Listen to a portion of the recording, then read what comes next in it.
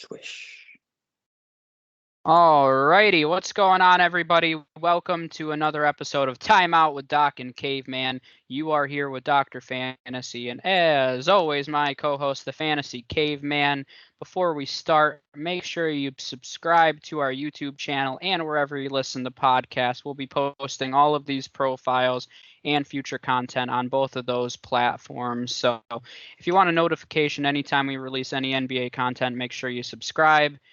Today we're continuing on with our player profiles, our prospect profiles, that is. And today, the best player we've done to date, Moses Moody, a 6'6", 205 freshman from Arkansas, had a 7-foot wingspan, which is the biggest differential, I believe, that we've seen thus far. Last year, as a freshman, he averaged 16.8 points, nearly 6 rebounds, was 42.7% from the field, 35.8% from three, and then a very nice 81% from the free throw line. So, Caveman, what kind of fun fact do you have on Moses Moody? All right. So I think as we know, I don't think Arkansas has really ever been known as a strong basketball. Bobby Portis. You stole it, okay? I was about to say he was the highest rated recruit in Arkansas since 2013, and that it was Bobby Portis. So you just ruined my whole day. It is ruined. Bobby Portis. Do you know who the best player to ever come out of Arkansas is? Moses Moody.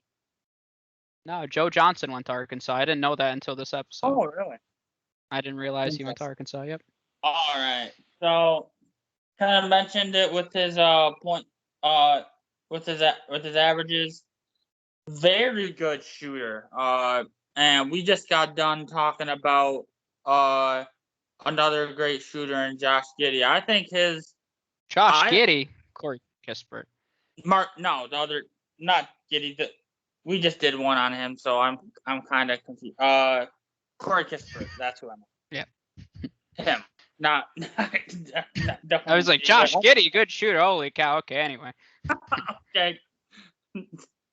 Anyways, I think I might like Moody's form a little bit more than Kispert's.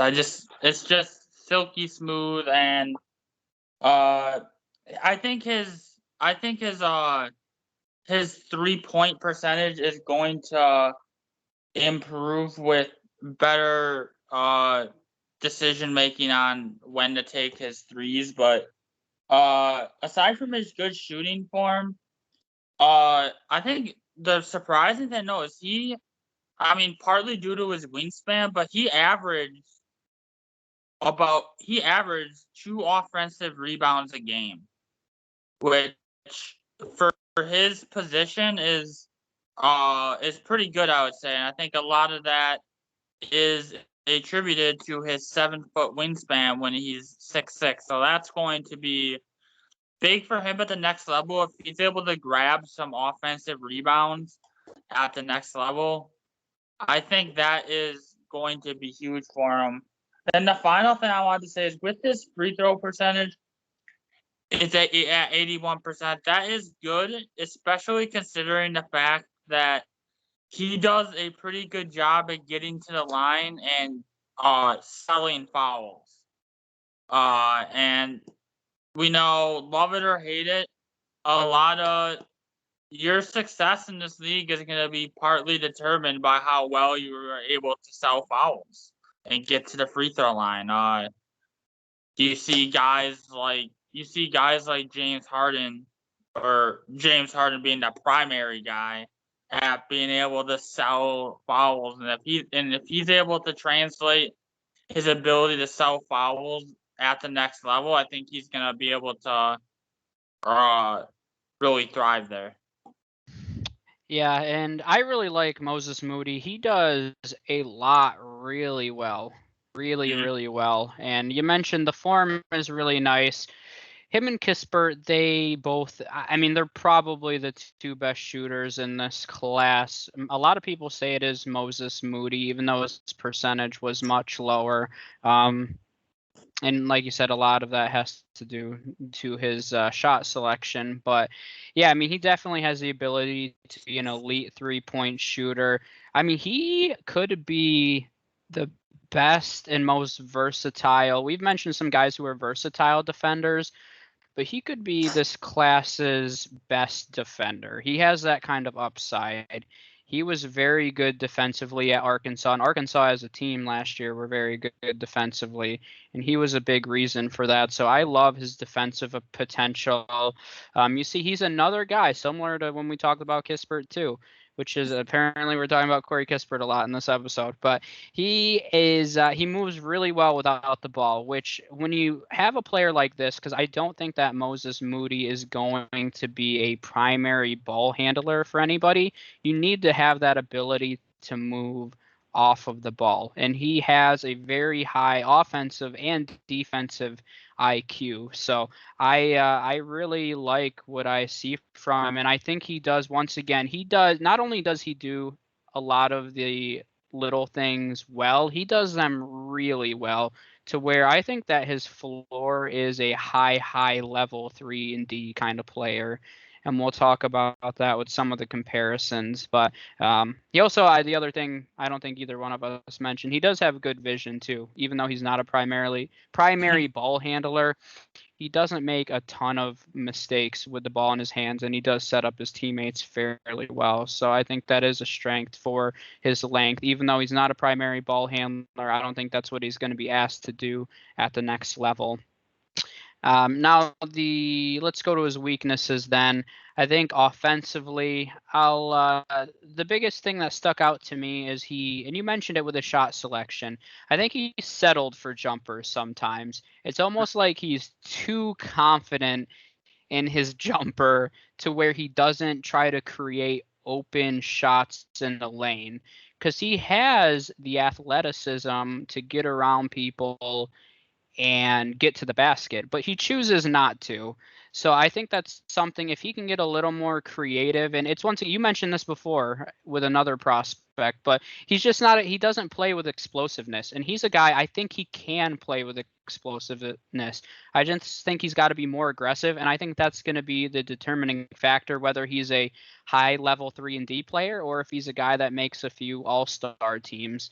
But I think it really comes down to that. Don't settle for contested 3-point shots or contested jumpers. Get to the rim. You're a long guy. Use that length to be creative in the paint and create some more open opportunities that way. And I think that's really the biggest weakness that stands out to me, because I think he's going to be a very excellent defender. He'll be a great 3-point shooter.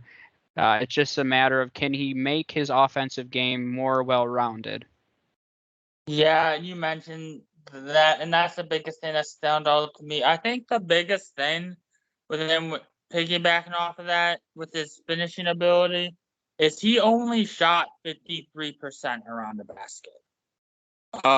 So that might be part of the reason why he decided to take and force some more jumpers that you'd like, is because he wasn't confident in finishing inside. I think if he can get better at finishing inside, that might get him to, take the open lane and kind of drive more inside, which is only going to up his field goal percentage. And if he's taking smarter threes, it's going to up his 3-point percentage. I really think he has the ability to be one of the best 3-point shooters, not only in this draft class, but we're talking one of the best 3-point shooters in like the league potential, and like future 3-point contest champion Mm-hmm. possibly.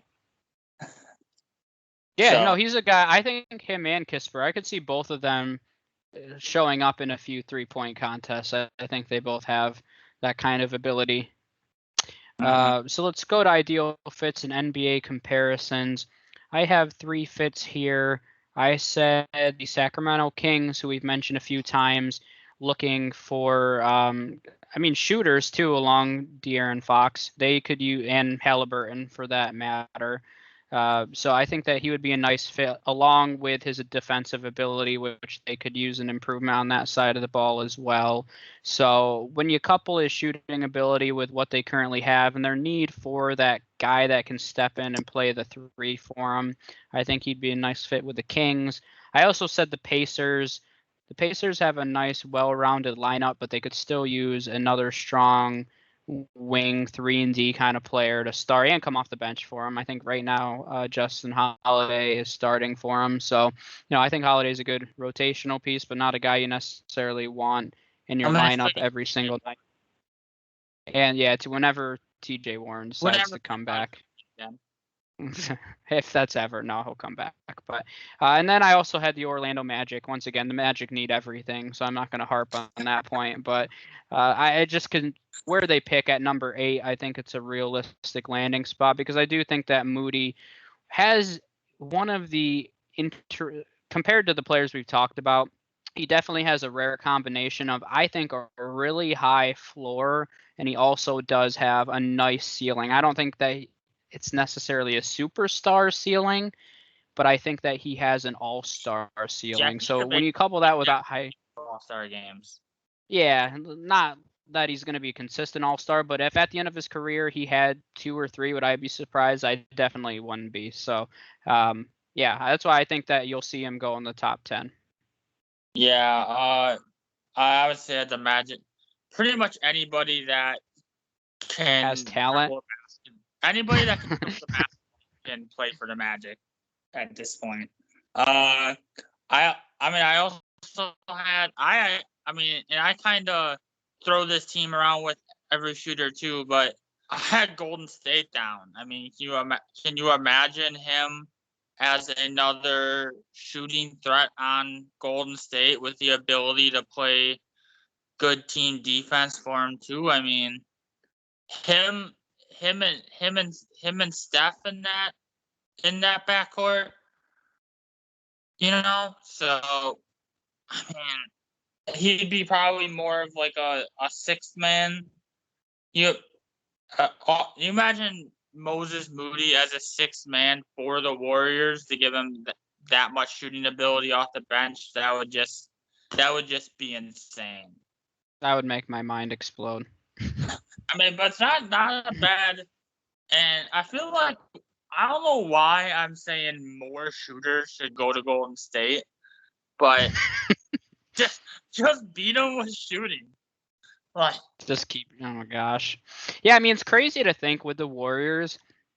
And when you look at the top 16 picks in general, it's interesting because you have Oklahoma City with 2 picks in the top 16. You have the Magic with picks 5 and 8, which they definitely need because they're rebuilding. And then you have Golden State, who has the 7th and 14th picks this year. I mean, that's scary when you consider Clay coming back, and they have 2 top 15 picks. They could.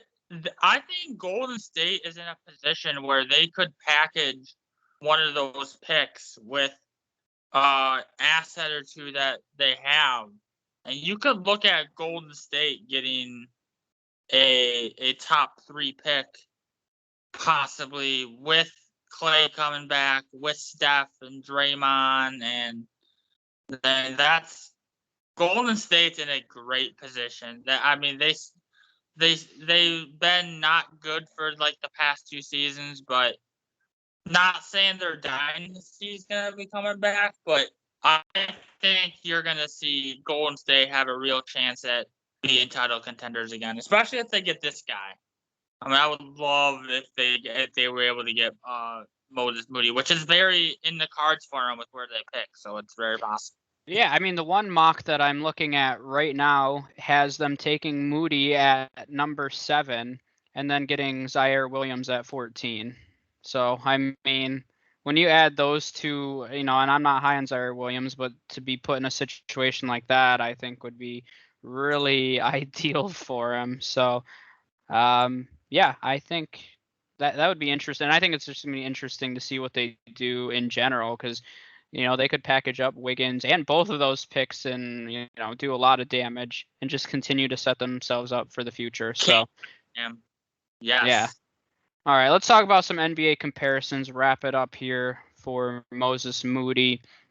The few that I had were, I saw this one a few times, but Robert Covington, I think that's a pretty, and you hear Covington and I think Tobias Harris a lot of times put in that same category, just elite level 3-and-D players.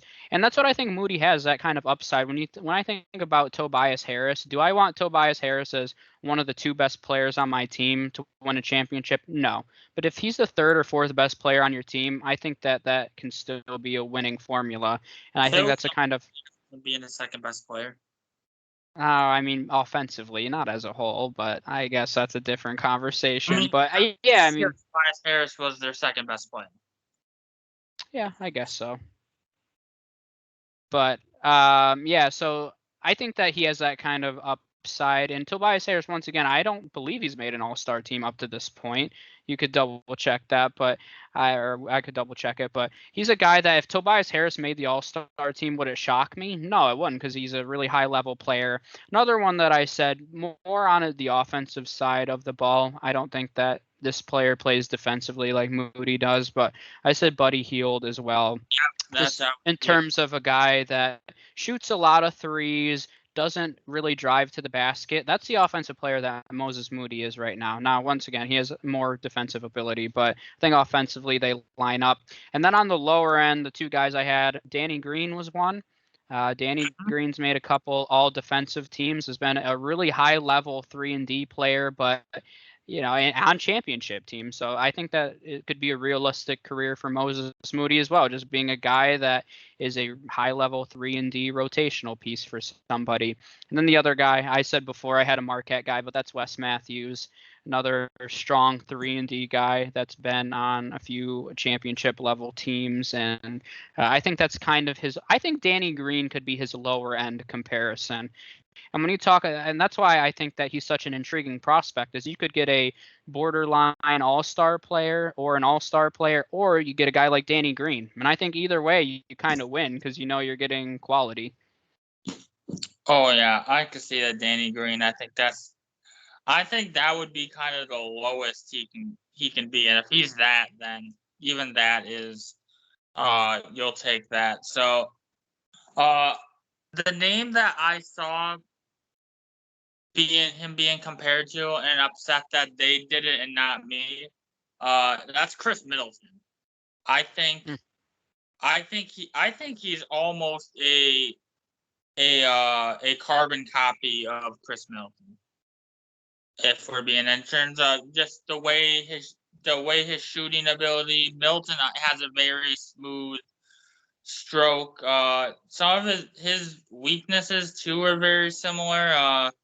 Chris Middleton doesn't make the best decisions when he's driving to the basket.